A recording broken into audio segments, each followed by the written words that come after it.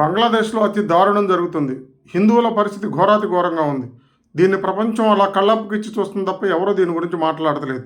నిన్నగాక మొన్న ఒక బట్టల ఇండస్ట్రీలో పనిచేస్తున్నటువంటి చంద్రహాస్ అనేటువంటి ఒక భారతీయుడిని ఒక మతానికి చెందిన గ్రూప్ వచ్చి కిరోసిన్ పోసి నిప్పంటించింది.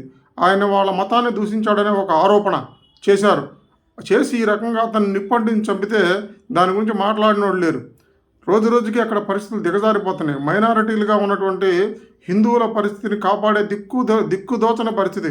పక్కనే ఒకప్పుడు భారతదేశం వలన విడిపోయి స్వతంత్రం పొందిన బంగ్లాదేశ్లో నిన్నటిదాకా మన దేశం మీద వ్యాపారం చేసుకుని బతికిన బంగ్లాదేశ్లో కొంతమంది ప్రత్యేకంగా అక్కడ హిందువులను నానా హింస పెట్టి రేపులు చేసి వాళ్ళకి మానవ హక్కులు అనేవి లేకుండా అతి దారుణంగా చంపుతున్నారు. ఈ సమస్యకు పరిష్కారం ఒక ఐక్యరాజ్య సమితి కానీ ఒక భారతదేశం కానీ ఎవరైనా కానీ దీని గురించి స్పందించి అక్కడ హిందువులు కూడా రక్షణ కల్పించే విధంగా ఆ ప్రభుత్వం మీద ఒత్తిడి తీసుకురాకపోతే అక్కడ పూర్తిగా మనిషిని చంపేసే పరిస్థితి కనపడుతుంది. ఇది కనుక ఒక మాస్ మేనియాలాగా మారిపోతే ప్రతి మనిషిని రోడ్డు మీద పెట్టి కుక్కలను చంపినట్టు చంపుతున్నారు. ఇది మానవత్వానికి మాయ మచ్చ. ప్రజల్లో ప్రపంచంలో గొప్ప గొప్ప ట్రంప్ లాంటి వ్యక్తులు ఇలాంటి వాళ్ళైనా దీని మీద స్పందించి అక్కడ హిందువులను కాపాడితే చాలా బాగుంటుంది.